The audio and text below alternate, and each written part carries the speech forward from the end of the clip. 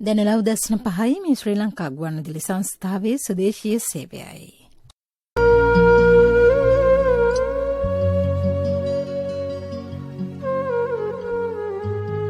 යහපත් ජන සමාජයක් උදෙසා සිත නිවන බුදු බණ.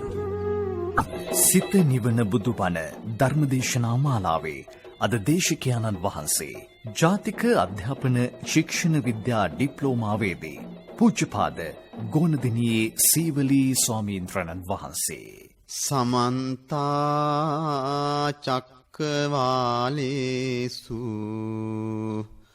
අත්‍රා ගච්ඡන්තු දේවතා සද්ධම්මං මුනි රාජස්ස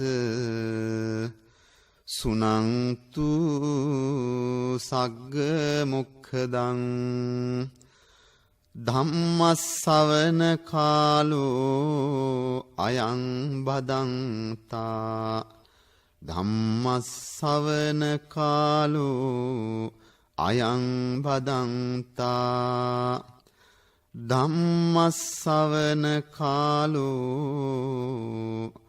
අයං බදන්තා. සාදු සාදු සාදු. නමෝ තස්ස භගවතු අරහතු සම්මා සම්බුද්දස්ස. නමෝ තස්ස භගවතු අරහතු සම්මා සම්බුද්දස්ස. නමෝ තස්ස භගවතු අරහතු සම්මා සම්බුද්දස්ස. දසයිමේ භික්ඛවේ ධම්මා පබ්බජිතේන අබින්හං පච්චවෙක්ඛිතබ්බා. අත්ථිනුකෝමේ උත්තරී මනුස්ස ධම්මා අලමරිය ඥාන දස්සන විශේසු අධිගතෝ සෝහං පච්චිමේ කාලේ සබ්‍රක්මචාරීහි පුට්ඨෝන මංකු භවිස්සාමිති. පබ්බජිතේන අබින්හං පච්චවෙක්ඛිතබ්බං. උතුම් වූ ලෝතුරා බුදුරජාණන් වහන්සේගේ ශ්‍රී සද්ධර්මය ශ්‍රවණය කරන්නට සූදානම් වන පින්වතුනි, අද දවසේදී මා මුලින්ම ඒ දහම් පාඩයක් සිහිපත් කළා. සඳහන් වන්නේ අංගුත්තර නිකාය දසක නිපාතේ දස ධම්ම කියන සූත්‍රයේ අනුසාරයෙන් කොටසක් තමයි ඔබ වෙනුවෙන් ඉදිරිපත් කළේ. ඒ දස ධම්ම සූත්‍රයේහි විශේෂ කරුණු 10ක් සඳහන් වෙනවා. මේ කරුණු 10 විශේෂයෙන්ම වැදගත් වෙන්නේ ස්වාමින් වහන්සේලාට. පැවිදි වෙච්ච අයට තමයි විශේෂයෙන් වැදගත් වෙන්නේ. නමුත් මේ ධර්ම දේශනාව පැවිදි ස්වාමින් වහන්සේලාට වගේම මේ ගිහි පින්වත් හැමදෙනාටමත් ප්‍රයෝජනවත් ඒ වගේම වටිනා සූත්‍රයක් නිසා මේ ආකාරයෙන් දේශනා කරන්නට කල්පනා කළා. දසීමේ භික්ඛවේ ධම්මා පබ්බජිතේන අබින්හං පච්චවෙක්ඛිතබ්බං. අබින්හං පච්චවෙක්ඛිතබ්බං ඒ තමන් අනිවාර්යයෙන්ම සිහි කළ යුතුයි කියන එකයි පච්චවෙක්ඛිතබ්බං. එතකොට දසීමේ භික්ඛවේ ධම්මා පබ්බජිතේන මහණෙනි කාරණා 10ක් තියෙනවා සිහි කටයුතු. නිරන්තර සිහි කටයුතු නිරන්තර සිහි කරලා තබාගත යුතු කාරණා 10ක් තියෙනවා කියලා බුදුහාමුදුරු දේශනා කළා. එයින් එකක් තමයි මම මුලින් මතක් කළේ. ඒක අත්තිනුකෝ මේ උත්තරේ මනුස්ස ධම්මා අලමරිය ඥාන දස්සන විශේෂෝ අධිගතෝ සෝහං පච්චිමේ කාලේ සබ්‍රක්මචාරේහි පුට්ඨෝන මංකු භවිස්සාමේති. පබ්බජිතේන අබින්හං පච්චවෙක්ඛිතබ්බං. තමන්ගේ ජීවිත කාලේ ඒ අවසානයේටම විශේෂයෙන් භික්ෂුවක් හැටියට ඒ භික්ෂුන් වහන්සේගේ අවසාන කාලේ යම් කිසි කෙනෙක් ඇසුවොත් එහෙම ඒ භික්ෂුවගෙන් කොහොමද ඔබ වහන්සේ අධිගම ලාභී වෙලා තියෙනවද? ඒ කියන්නේ සෝවාන් සකදාගාමී ආදී තත්වයන්ට පත් වෙලා තියෙනවද කියලා යම් කිසි කෙනෙක් අහුවොත් එහෙම ඒක කරබාගෙන ඉන්නේ නැති වන ආකාරයට එහෙම තමන් කටයුතු කරන්න ඕනේ කියන එකයි. යම් කිසි කෙනෙක් ප්‍රශ්නයක් ඇහුවොත් එහෙම කොහොමද ඔබ වහන්සේ මේ ආකාරයෙන් මේ ගුණ දහම් වර්ධනය කරගත්තද? ඒ වගේම විශේෂයෙන් මෙහිදී කියනවා අධිගතෝ සෝහං පච්චිමේ කාලේ සබ්‍රක්‍මචාරේහි. තමන්ගේ එකට ඉන්න කෙනෙක් එහෙම ඇහුවොත් එහෙම ඔබ වහන්සේගේ කොහොමද ජීවිත කාලේ? එහෙම ඇහුවට පස්සේ ඒ ස්වාමීන් වහන්සේට පිළිතුරු දෙන්නට හැකියාව ලැබෙන්න ඕන. පැකිලීමක් නැතුව තමන් මේ තත්වයෙන් මෙහෙම වැඩ සිටිනවා කියලා. මගේ ජීවිතේ මේ ආකාරයෙන් ප්‍රයෝජනෙ ගත්තා කියලා. ඉතින් ඒ කාරණාව තමයි ඒ මුලින් මම සඳහන් කරේ. මේ දසධම්ම සූත්‍රය තුල ගිහි අයටද විශේෂයෙන් වැදගත් කොටස් තියෙනවා. ඒ කොටස් පිළිබඳව මම විශේෂයෙන්ම ඔබ හැමදෙනාටම සිහිපත් කරන්නට කැමතියි. මේ මුලින්ම මේ සූත්‍ර දේශනාවේ තිබෙන්නේ ඒ වේවන්නයම්මේ අජ්ජූප ගතෝති පබ්බජිතේන අබින්හම් පච්චවිකිතබ්බන්. ඒ ස්වාමින් වහන්සේ කෙනෙක් හැටියට විශේෂයෙන් වැදගත් වෙනවා පින්වතුනි. දැන් වේවන්නයම්මේ ඒ කියන්නේ විවරණ සම්පූර්ණයෙන්ම වෙනස් වෙනවා. ඒ කියන්නේ පැවිදි වෙනවා කියලා කියන්නේ සම්පූර්ණයෙන්ම වෙනස් වෙනවා කියන එකයි. ඒ පැවිදි වීමේදී විශේෂයෙන්ම දකින්ට ලැබෙන දෙයක් තමයි හිස මුඩු කිරීම. හිස මුඩු කිරීම තුළින් අන්න වෙනස් වෙනවා. ඒ වගේම තමයි ඒ ස්වාමින් වහන්සේ කෙනෙක් හැටියට පෙනී සිටිනකොට පැවිදි වෙනකොට විශේෂ ඇඳුමක් තියෙනවා. ඒ ඇඳුම තමයි සිවුර. එතකොට ඒ හිස මුඩු කළා සිවුරු පොරවගෙන ඒ වගේම උන්වහන්සේ ගමන් බිමන් වඩිනකොට පාත්‍රයක් තියෙනවා. ඒ පාත්‍රය රැගෙන යනවා. ඒ වගේම සමහරට අනිවාර්යයෙන්ම කුඩයක් දකින්න ලැබෙනවා. මෙන්න මේ ආකාරයෙන් මේ ගිහියෙක් පැවිදි භාවයට පත් වෙනකොට වෙනස් වෙන ලක්ෂණ තමයි මේ කියන්නේ. ඒ කියන්නේ ගිහි වේශයෙන් සම්පූර්ණයෙන්ම වෙනස් වෙනවා. එතකොට ඒ පැවිදි කෙනෙක් හැටියට අපිට ගොඩාක්ම මේ අපි කැමති වෙන්නේ අන්නේ ලක්ෂණය. ඒතර බුදුරජාණන් වහන්සේ දේශනා කරන වේවන්නයම්මේ අජ්ජූප ගතෝති පබ්බජිතේන අබින්නම් පච්චවිකිතබ්බං. ඒක තමයි පළවෙනි එක. මේ කාරණා 10 පළවෙනි එක තමයි වේවන්නයම්මේ අජ්ජූප ගතෝති පබ්බජිතේන අබින්නම් පච්චවිකිතබ්බං. ඒ කියන්නේ මම විවරණ භාවයට පත් වෙච්ච කෙනෙක්. ඒ කියන්නේ ගිහි වේශයෙන් වෙනස් වෙච්ච කෙනෙක් කියන එක ස්වාමින් වහන්සේ දැනගන්න ඕන කියන එකයි. නිතර සිහි කටයුතු වෙන්න ඕන. එතකොට ඒ ස්වාමින් වහන්සේට ඒ තුලම රැඳෙන්නට හැකියාව ලැබෙනවා. ඒ ස්වාමින් වහන්සේගේ ඒ ඇති කරගත යුතු ලක්ෂණ අනිවාර්යයෙන්ම උන්වහන්සේගේ සිතේ තියෙනවා. එතකොට ඒ සිතේ තියෙනවා කියන්නේ මොකද්ද? උන්වහන්සේගේ ඒ ලක්ෂණ වෙනස් කරන්නේ නැහැ. එහෙම වෙනස් වුණොත් තමයි බොහෝ වෙලාවට අකමැති වෙන්නේ. දැන් මිනිස්සුත් අකමැතිනේ නේ. දැන් ඒ ස්වාමින් වහන්සේගේ තියෙන ඒ ස්වභාවය වෙනස් වුණොත් එහෙම මිනිස්සු කැමතිත් නැහැ. දැන් මේ පින්වත් පිරිස එහෙම නැත්නම් මේ බණහාන කවුරුත්ම ඒ ස්වාමින් වහන්සේ කෙනෙක් හැටියට හොඳට කොණ්ඩේ වවාගෙන ඉන්නව නම් කවුරුවත් කැමති වෙන්නේ නැහැ. ඇයි ඒ කැමති වෙන්නේ නැත්තේ? අර වෙනස් මගකට බැසපු නිසා. භික්ෂුන් වහන්සේ වෙනත් වේශයක් තියෙනවා. එතකොට ඒ දැන් අපි කියන ශ්‍රමණ සාරුප්පය කියලා කියනවා. ඒ කියන්නේ මහාන ජීවිතයට ගැළපෙන. එතකොට මෙහිදී එහෙමනම් අර භික්ෂුන් වහන්සේ අර තමන් ගිහි පින්වතුන්ගෙන් වෙනස් වෙච්ච කෙනෙක් හැටියට තමන්ගේ සිහියේ තියෙනකොට එතකොට තමන් ඒ තුල ජීවත් වෙනවා. ඒ කියන්නේ ඒ ආකාරයෙන් උන්වහන්සේ වැඩ සිටිනවා. එතකොට බලන්න කොච්චර එතන ඒ ස්වාමින් වහන්සේට යහපතක් වෙනවද? ඒ මොකද ඒ සිහියෙන් තමයි උන්වහන්සේ වැඩ ඉන්නේ. එවිට ඒ භික්ෂුන් වහන්සේගේ අවශ්‍ය කරන ලක්ෂණ උන්වහන්සේ තබා ගන්නවා. ඉතින් ඒක ගොඩක් වැදගත් වෙනවා. දෙවෙනි කාරණය තමයි පරපටිබද්ධා මේ ජීවිකාති පබ්බජිතේන අබින්හං පච්චවිකිතබ්බං. ඒතකොට භික්ෂුන් වහන්සේ පරපටිබද්ධා මේ ජීවිකා. ඒ කියන්නේ විශේෂයෙන්ම අපි දන්නවා මේ පිංගුතුන් දන්නවා උන්වහන්සේ යැපෙන්නේ ඒ සිව්පසය කියලා කියනෝනේ නේ. එතකොට ඒ සිව්පසය උන්වහන්සේට අවශ්‍ය කරන ගිලම්පස උන්වහන්සේට අවශ්‍ය කරන දාණය ඒ වගේම ඒ විතරක් නෙමෙයි උන්වහන්සේට අවශ්‍ය කරන සේනාසනනේ ඉඳුම් හිටුම් ඒ වගේම උන්වහන්සේට අවශ්‍ය කරන සිවුරු පිරකර මේ හැම දෙයක්මනේ බේතෙත් හැම දෙයක්ම ලබා දෙන්නේ දායක පින්වතුන්. එතකොට භික්ෂුන් වහන්සේ යැපෙන්නේ උන්වහන්සේ වැඩ සිටින්නේ අර දායක පින්වතුන් පූජා කරන්නා වූ ඒ හැම දෙයක්ම ලබාගෙන. ඒක තමයි කියන්නේ පරපටිබද්ධා මේ ජීවිකාතේ. එතකොට අර දායක පින්වතුන් ලබා දෙන හැම දෙයක්ම පූජා කරන ඒ ගිලම්පස්ස, පිණ්ඩපාත, සේනාසන මේ සියලු ප්‍රත්‍ය පහසුකම් ලබාගෙනයි උන්වහන්සේ වැඩ සිටින්නේ. එතකොට මෙහිදී භික්ෂුන් වහන්සේ පච්ච වෙක්කිතබ්බන්, ඒ කියන්නේ අබින්හන් පච්ච වෙක්කිතබ්බන් නිතර සිහි කටයුතු වෙන්න ඕන කියලා කියනවා. අනේ භික්ෂුන් වහන්සේ කෙනෙක් වුණාට පස්සේ අනිවාර්යයෙන් මෙහෙම වෙන්න ඕන කියලා කියනවා.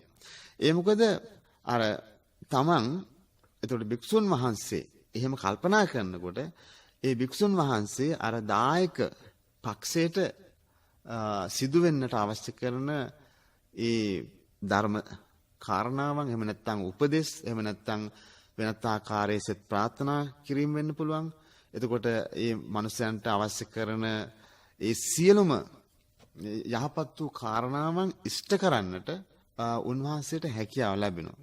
ඒ මොකද තමන් නිරන්තර සිහියේ තබාගෙන ජීවත් වෙන දෙයක් තමයි මම අනිත් පිරිස විසින් ජීවත් වන කෙනෙක් කියලා.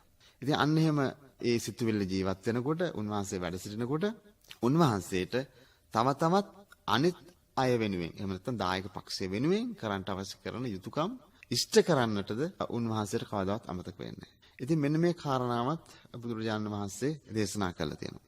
ඒ වගේම තමයි පින්වතුනි මේ තුන්වෙනි කාරණාව හැටියට තියෙන අඤ්ඤෝ මේ ආකප්පෝ කරණියෝති. පබ්බජිතේන අබින්හන් පච්ච වෙක්කිතබ්බන්. අඤ්ඤෝ මේ ආකප්පෝ.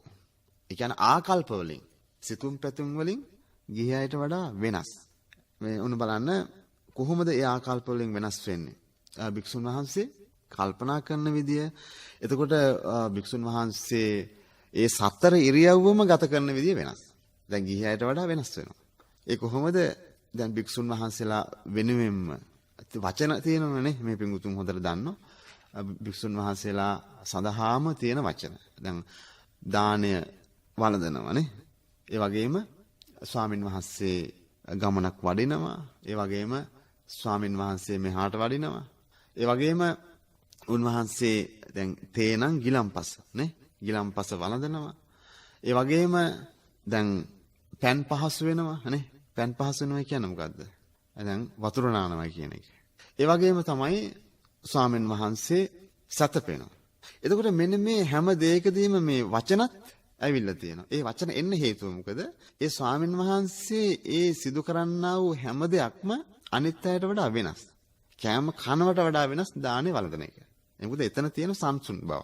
එතකොට වඩිනවා කියන ඒ වචනය තුල අර යනවා කියන ඒ වචනයට වඩා සංවර බවක් තියෙනවා. ස්වාමීන් වහන්සේ වඩිනවා කියලා. එතකොට එහිදී යම්කිසි සංයමයකින් කරන දෙයක් මේ වඩිනවා කියලා කියන්නේ. එතකොට දානේ වළඳනවා. එතකොට දානේ වළඳනවා කියන අර්ථය ගන්න අර කෑම කනවට වඩා ගොඩක්ම ඊ타මත්ම සංවරයි. එතකොට ඒ ස්වාමීන් වහන්සේලා දානේ වළඳනම බලන්න කැමැති පිරිස ගොඩක් ඉන්නවා. ඒ මොකද ඒ සංසුන් ආකාරයෙන් ඒ වැළඳීම කරන නිසා. මෙන්න මේ ආකාරයෙන් බලනකොට මේ ආකල්ප වශයෙන් මේ ස්වාමීන් වහන්සේ තුල පවතිනවා. එතකොට ඒ ස්වාමීන් වහන්සේ තුල පවතින මේ ආකල්ප වලට අනිත් දායක පිරිස ගොඩක් කැමතියි. එතකොට මේ තියෙන ඒ භික්ෂුන් වහන්සේ ඇති කරගත යුතු හික්මීම සංවරකමනේ දැන් පාරේ වඩිනකොට මේ බොහෝ දෙනෙක් බලනවා. උන්වහන්සේ කොහොමද වඩින්නේ කියලා නේ. ඉතින් මේ ඒ ස්වාමීන් වහන්සේට බොහොම ගෞරවයෙන් යුක්තව ඒ දිහා බලාගෙන ඉන්නවා.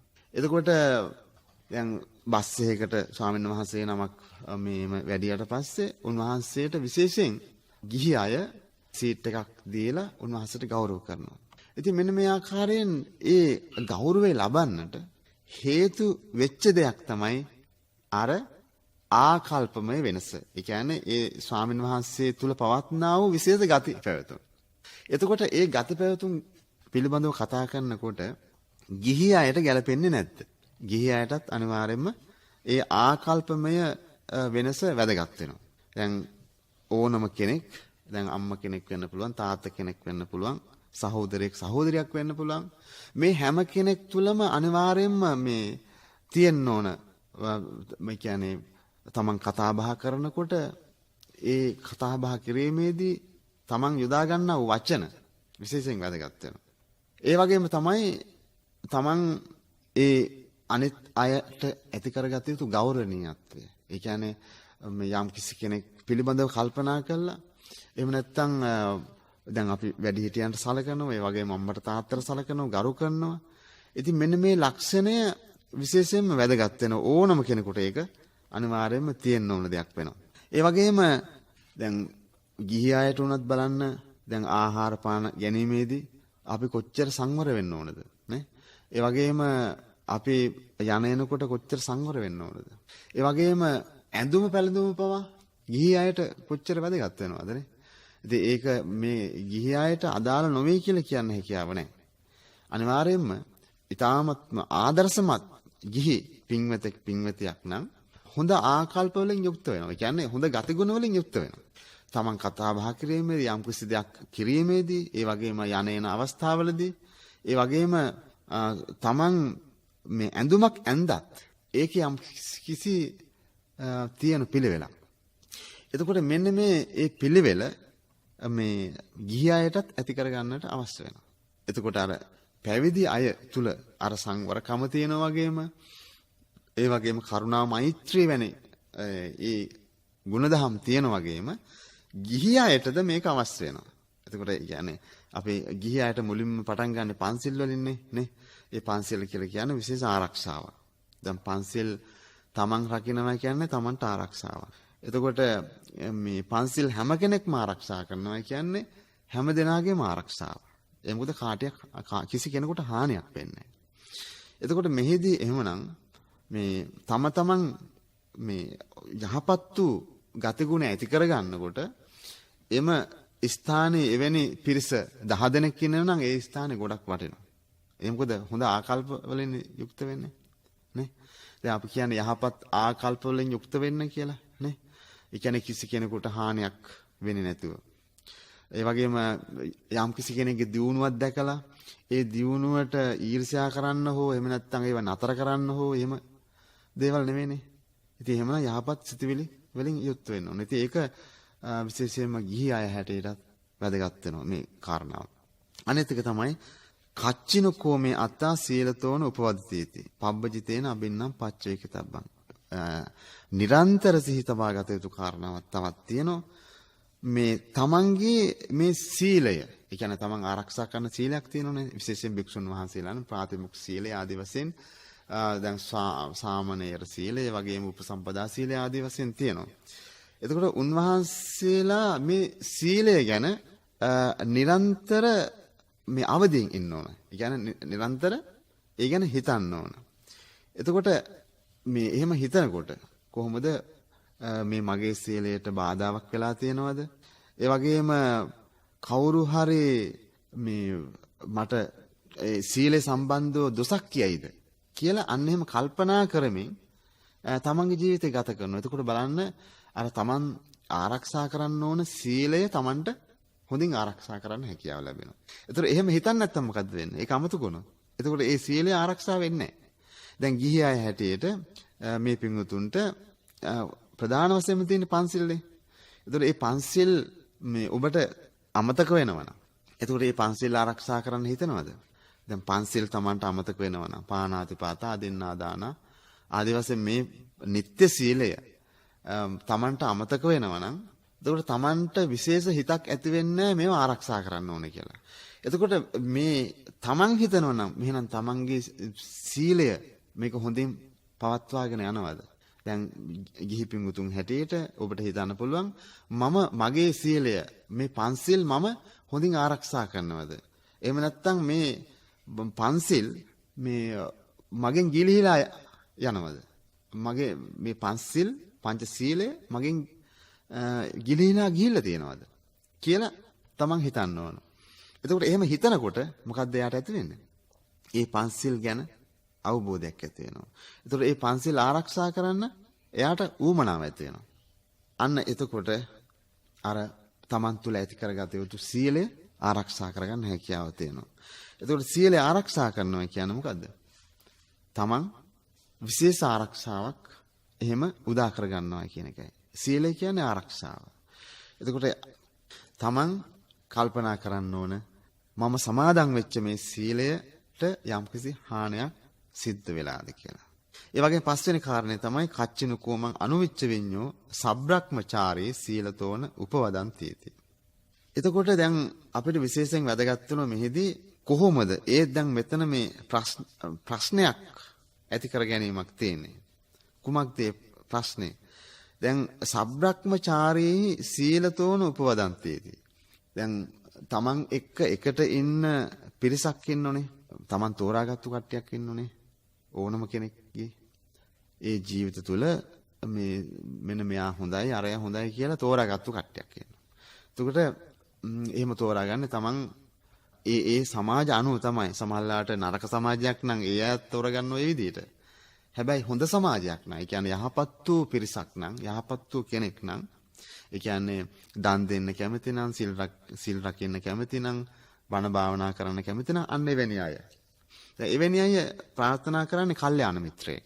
එතකොට ඒ කල්යාණ මිත්‍ර ඇසුරේ ඉන්නකොට මේ යහපත් වූ ජීවිතයක් ගත කරනකොට එයාගේ අනෙකුත් පිරිස ඉන්නවා. ඒ අයත් හොඳ පිරිසක්. එතකොට එවැනි කෙනෙක්ගෙන් මට යම්කිසි ආකාරයේ දෝෂයක් එයිද?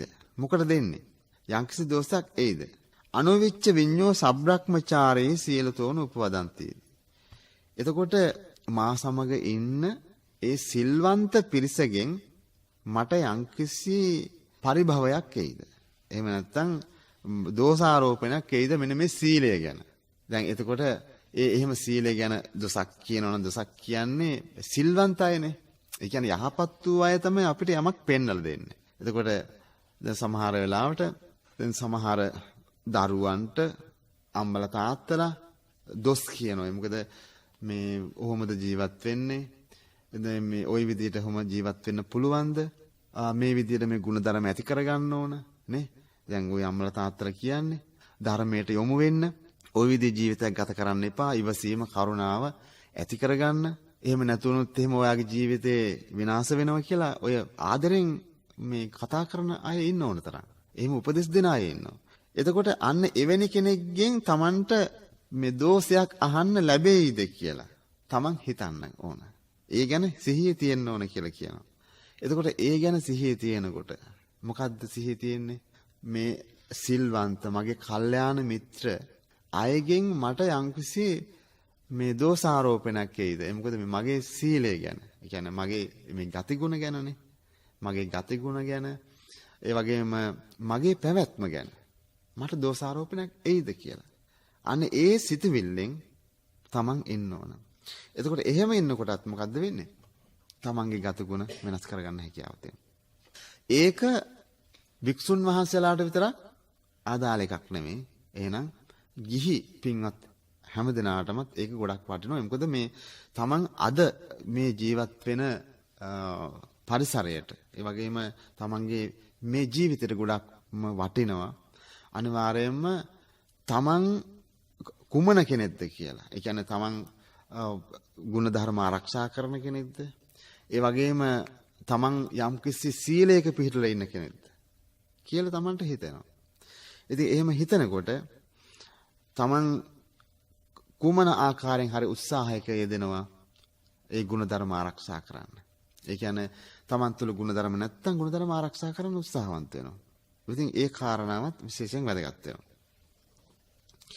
අනිත් කාරණේ තමයි පින්වතුනි සබ්බේහි මේ පියේහි මනාපේහි නානාභාවෝ විනාභාවෝති. එතකොට සබ්බේහි මේ පියේහි කියන්නේ මේ සියලුම ප්‍රිය වස්තු සියලුම ප්‍රියමනාප වස්තු වලින් වෙන්වීම කොට ඇත කියලා. ඒ කියන්නේ දැන් අපි අද ආදරය කරන දේවල් තියෙනෝනේ. මේ සාමාන්‍යයෙන් පණ ඇති දේවල් සහ පණ නැති දේවල් තියෙනෝනේ. ඉතින් පණ ඇති දේවල් මේ පුංචි දරුවන් ඒ වගේම තමන්ගේ අම්මා තාත්තා තමන්ගේ ඥාතිවරුනේ අපි ආදරේ. අපිට ප්‍රියයි නේද? නමුත් මේ අය අපිට හැමදාම ඉන්නවද? මේ එතකොට අපි හිතන විදියට ඉන්නවද නේ? අපේ අම්මා තාත්තා අපිට අපි හිතන විදියට නිරෝගීව ඉඳීද? ඒ වගේම අපේ දරුවෝ අපි හිතන විදියට ඉගෙන ගනීද? එතකොට ಗುಣධර්ම වලින් යුක්ත වෙයිද? ඒ වගේම ඔවුන්ගේ ජීවිතය නිරෝගීව මේ එහෙම තියෙයිද? එතකොට මේ ආකාරයෙන් අපිට කියන්න හැකියාව නැහැ. එහෙමනම් සමහර කෙනෙක් මේ හිතේ ගමන් රෝගී වෙනවා. අපි නොසිතූ ආකාරයට සමහර පුජ්‍යලෝ ලෙඩ වෙනවා. නේ?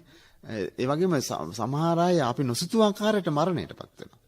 ඉතින් එහෙමනම් මෙන්න විනාභාවෝති මෙන්න මේ ස්වභාවය ගැන හිතන්න කියලා තියෙනවා නිතරම. එතකොට මේ අපි සතුව තියෙන මේ භෞතික සම්පත් මේ හැම දෙයක්ම වෙනස් වෙන දේවල්. හැමදාම එක හා සමානව තියෙන්නේ නැහැ. ඉතින් එහෙමනම් පණ ඇති වස්තු වෙන්න පුළුවන්, පණ නැති වස්තු වෙන්න පුළුවන්. මේ හැම දෙයක්ම විනාශය එහෙම නැත්නම් වෙනස් වීම මුල් කොටගෙන පවතිනවා කියන සිතුවිල්ල ඇති කරගන්න. ඒතර ඒ සිතුවිල්ල එහෙමනම් ගිහි පින්වුතුන් හැටියට හැම දිනාටම වටිනවා. ඒ මොකද මේ බොහොම ආදරයෙන් බොහොම ප්‍රේමයෙන් බැඳලා ඉන්න ජීවිත තියෙනවා. එතකොට ඒ ආදරයෙන් ස්නේහයෙන් යුක්තව මේ කාලය ගත කරනකොට කවුරුවත් නොසිතූ ආකාරයට යම් කිසි කෙනෙක් ලෙඩ වුණොත් එහෙම කොච්චර දුකක්ද නේ? ඒ වගේම කවුරුවත් නොසිතූ ආකාරයට කෙනෙක් මිය යන විට කොච්චර දුකක්ද? ඉතින් මෙන්න මේ தත්වයන් හඳුනා ගන්න. ඉතින් ඒ தත්වයන් හඳුනා ගන්න තමයි පින්වුතුනේ බුදුරජාණන් වහන්සේ මෙන්න මේ කාරණාව අපිට විශේෂයෙන් ඉදිරිපත් කරලා තියෙන්නේ. සබ්බේහි මේ පියේහි මනාපේහි නානා භාවෝ විනා භාවෝති. ඒ අපි ප්‍රිය කරන ඒ සෑම වස්තුවක්ම වෙන්වීම කෙලවර කරලා තියෙන්නේ. කෙලවර වෙන්නේ කොතනින්ද? වෙන්වීමෙන්. එහෙනම් ඒ විනාශ වීමෙන් තමයි කෙලවර වෙන්නේ. මේ සුඩ තියෙන වීදුරු කෝප්පේ මේ අපි කොච්චරනම් ආරක්ෂා කරත් මේ වීදුරුව කොයි මොහොතක හරි කාගේ අතින් හරි වැටිලා මේක බිඳෙනවා නේ? එතකොට එහෙමනම් මේ අපේ ජීවිතත් අපි කොයි දවසක හරි කොයි මොහොතකදී හරි අපිත් මරණයටපත් වෙනවා. එතකොට මේ ඩෙස් පුටු මේ ගෙවල් මේ හැම දෙයක්මත් එහෙම නැහැ. එතකොට මේ අවබෝධය අපිට ලබා දෙලා තියෙන්නේ මොකටද? අපි මේ ජීවත් වෙන කාලයේදී දුක් වෙන්නේ නැතුව, තැවෙන්නේ නැතුව, ශෝක වෙන්නේ නැතුව අපේ ජීවිතය ගත කරන්න. ඉතින් අපේ ජීවිතේ කොච්චරනම් එනවද? අපි ප්‍රිය කරන වස්තු අපිට අහිමි වෙන අවස්ථා. අපි ප්‍රිය කරන සම්පත් අපිට අහිමි වෙන අවස්ථා අපිට කොච්චර එනවද? අන්න එවැනි අවස්ථාවලදී මෙන්න මේ ධර්මය ගැන කල්පනා කළා මේ ධර්මය අවබෝධ කරගෙන තමන්ගේ හිත හදාගන්න හැකියාව තියෙන්න ඕන. ඊළඟ කාරණේ පින්වතුනි කම්මස්ස කෝම්මේ කම්ම දායාදෝ කම්ම යෝනේ කම්ම බන්දෝ කම්ම පටිසරණෝ යං කම්මං කරස්සාමි කල්යාණං වා පාපකං වා තස්ස දායාදෝ භවිස්සාමීති.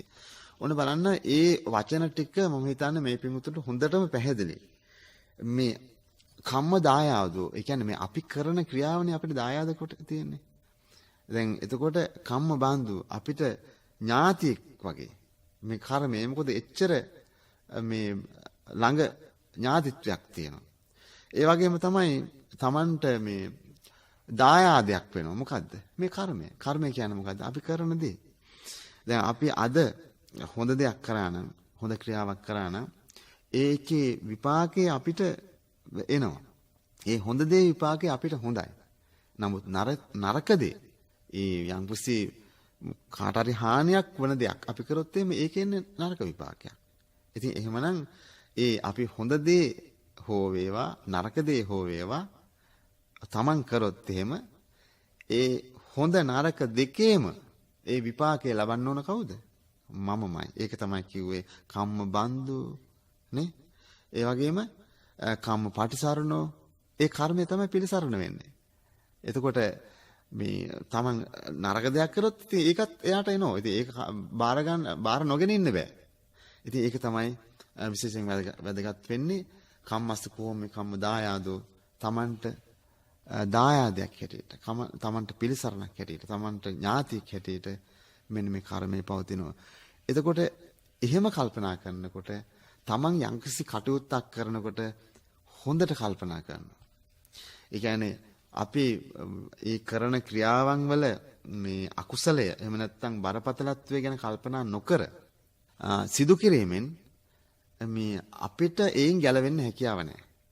ඒතර ඒන් ගැලවෙන්න හැකියාව තියෙන්නේ අර ඒ අපි තමන් කරන්නා වූ ඒ කටයුතු වල නරක එහෙම නැත්නම් අකුසලයක් නම් ඒ අකුසලයේ තියෙන බරපතලත්වය ගැන කල්පනා කරනවා. අපි එතකොට එතනින් මිදෙන්න උත්සාහ කරනවා. එතකොට යම්කිසි හොඳ වැඩක් කරනවා නම් දැන් හොඳ වැඩ ගත්තොත් බලන්න කොච්චර දේවල් තියෙනවද. දැන් මේ ධර්ම දේශනාවක් මේ ශ්‍රවණය කරන්නට සලස්වනවා කියන්නේ කොච්චර දෙයක්ද නේ. දැන් මේ ධර්ම දේශනාවන් වල දායකත්වයේ දරලා මේ ඒ හැම දිනාටමත් ආශිර්වාද සඳහා ඒ වගේම මේ ගිය ඥාතින්ට පින් අනුමෝදන් කිරීම සඳහා මේ ධර්ම දේශනාවන් බාරගෙන කටයුතු කරනවා. ඉතින් එහෙම ධර්මයේ අහන්නට සැලැස්වීම ඊටාත්ම වටිනා උපින්කමක් බව මේ පිඟුතුන් අහලා ඇති නේ. සබ්බ දාන ධම්ම දාන ජිනාති. ඉතින් මෙවැනි පින්කම් කරනකොට අටපිරිකර ඒ වගේම විහාරස්ථාන දියුණු කරන්න ඒ වගේම අනිත් අයට උපකාර කිරීම. ඉතින් මේ වගේ දේවල් සිද්ධ කිරීම තුළින් මේ තමන් ඊටාත්ම වටිනා වූ කර්ම රැස් කරගන්න. එතකොට ඒ කුසල කර්ම මේ රැස් කරගන්නත් ඕනේ. මොකද ඒ කුසල කර්ම තුලින් තමයි සංසාරේ නිවන් දකින ඒ ආත්ම භාවයේ දක්වාම සපවත් වූ ජීවිතයක් ගත කරන්නේ. එතකොට දැන් කවුරුවක් කැමති නෑනේ නිවන් දකින ආත්ම භාවය අපිට කියන්න බෑ ඊළඟ අවුරුද්දේ කියලා. ඒ වගේම තව අවුරුදු 100කින් කියන්නත් බෑ. සමහරවිට කල්ප කෝටි ගණන් සංසාරේ උපදින්න පුළුවන්. එතකොට එහෙම ඒ සසර යනකොට සමහරවිට මනුස්සාත්මය ඒ මනුස්සාත්ම භාවයක් නැති වෙන්න පුළුවන් නේ. නමුත් මනුස්සාත්ම භාවය නැති වුණත් තිරිසං ආත්ම භාවවලට ගියත් ඒ තිරිසං ආත්ම භාවෙත් දුකක් නැතුව ජීවත් වෙන්න හැකියාව ලැබෙනවා. ඒ කුමකින්ද? තමන් කරන කුසල කර්ම. ඉතින් මේ පිංගුතුන්ට දකින්න පුළුවන් මේ තිරිසං සත්තු වෙලා මේ සමහර මිනිසුන්ටත් වඩා සැප විඳිනවනේ නේ. දැන් ඔය සමහර ගෙවල් වල හදන බල්ලෝ බලන්නකෝ. දැන් මේ බේජ්ජෙන් යන්නේ ඒසි කාර්කේ නේ. එතකොට ඒ බලුවාත්ම ලැබලත් එයා එහෙම සැප ලබන්න මේ එයා කුසල කර්ම කරලා තියෙනවා. ඒ ගියාත් භාවවලනේ. එතකොට එහෙමනම් මේ ඒ කුසල කර්ම කියන දේවල් වටිනවා. ඒ කුසල කර්ම අපි ඇති කර ගන්න ඕන. ඉතින් මේ පින්වත් හැමදෙනාම මේ සිද්ධ කරන්නේ මේ කුසල් වර්ධනය. ඉතින් කුසලස්ස උපසම්පදා කියලා බුදුරජාණන් වහන්සේ දේශනා කළා. ඒ කුසල් වර්ධනය කර ගන්න ඕන. ඉතින් ඒක කර්මයක්. එතකොට එහෙනම් කර්මය තමයි මේ අපිට ඥාතිත්වය දරන්නේ. කර්මය තමයි මේ දායාද කොට පවතින්නේ. මේ අපි කරන්නා වූ මේ ක්‍රියාවන් වල ප්‍රතිඵලය තමයි අපි ඊළඟ ආත්ම භාවයටත් ගෙන යන්නේ. ඉතින් ඒක ගොඩක් වටිනවා. ඊළඟ මේ කරුණ පින්වතුනි කතම්බූතස්ස මේ රත්තින් දිවා වේති පතන්තිති. පබ්බජිතේන අබෙන්හම් පච්ච වෙක්කිතබ්බං.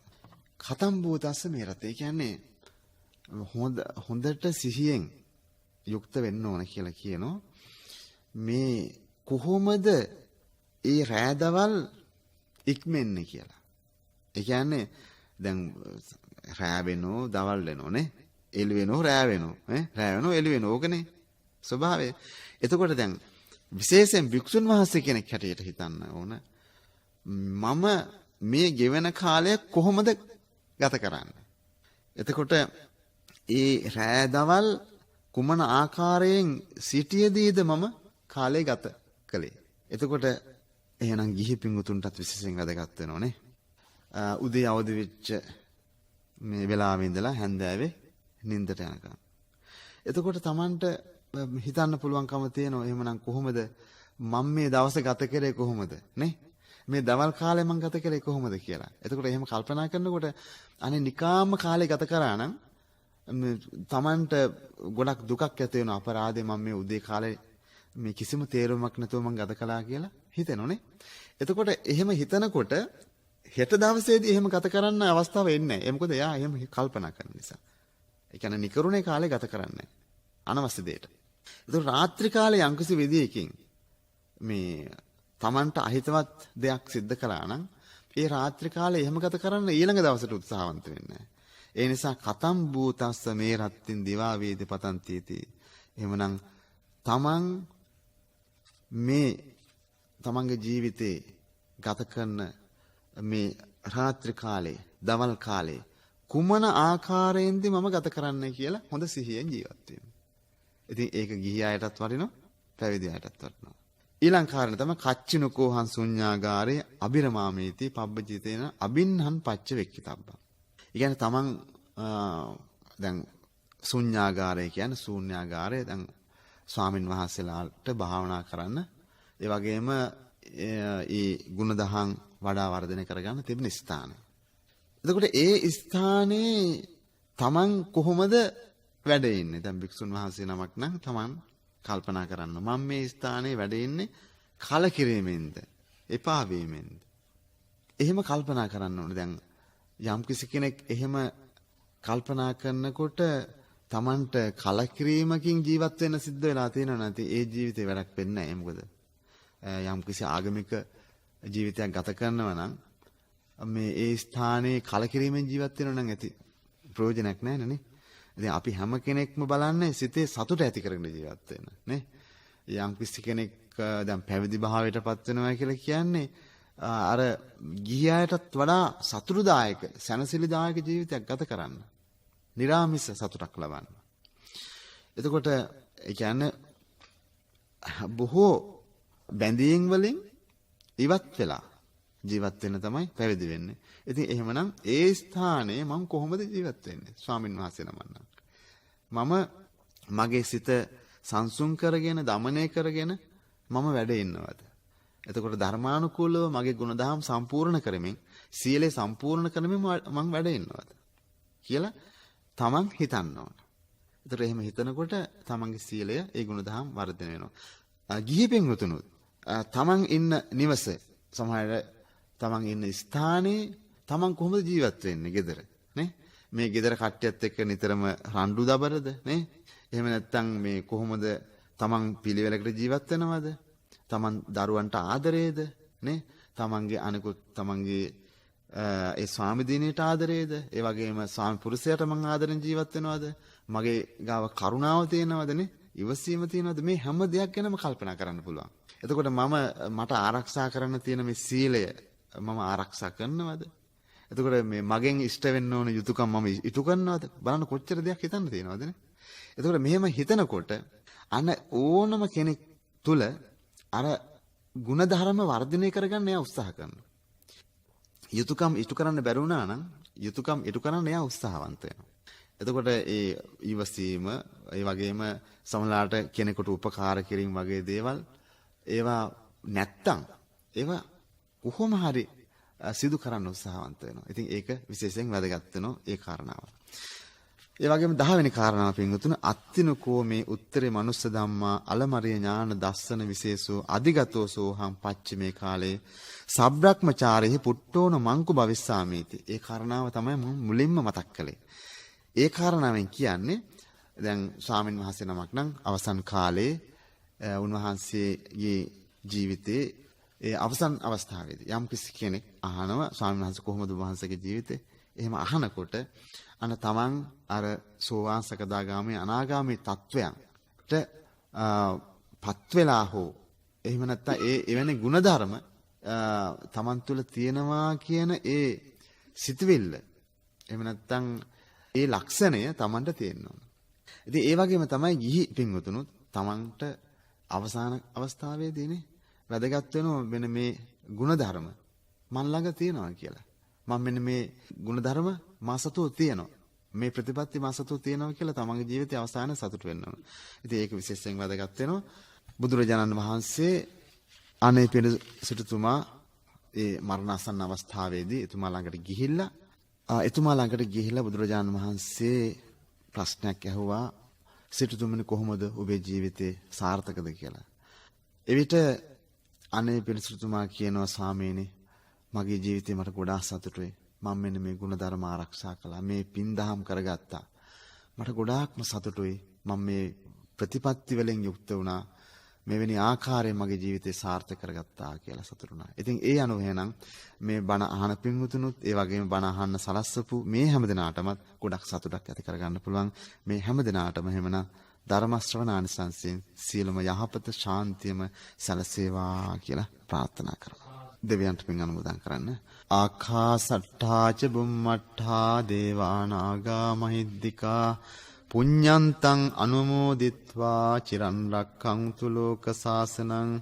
ආකාසට්ඨා ච බුම්මට්ඨා දේවා නාග මහිද්దికා පුඤ්ඤන්තං අනුමෝදිත්වා චිරන් රක්ඛන්තු ලෝක සාසනං. ආකාසට්ඨා ච බුම්මට්ඨා දේවා නාග මහිද්దికා පුඤ්ඤන්තං අනුමෝදිත්වා චිරං රක්ඛන්තු ත්වං සදා. එම ධර්මානුශාසනාව පැවැත්වුවේ ජාතික අධ්‍යාපන ශික්ෂණ විද්‍යා ඩිප්ලෝමාවේදී පූජ්‍යපාද ගෝනදිනියේ සීවලී ස්වාමීන්ද්‍රණන් වහන්සේ. ජාතික ගුවන් විදුලියෙන් ඔබ ශ්‍රවණය කළ එම උතුම් ධර්මදේශනා මාලාවේ පින්බර දායකත්වයේ සඳහා විමසන්න 0112 69 71 40 දුරකථන අංකයෙන්. යහපත් ජන සමාජයක් උදෙසා සිත නිවන බුදු බණ.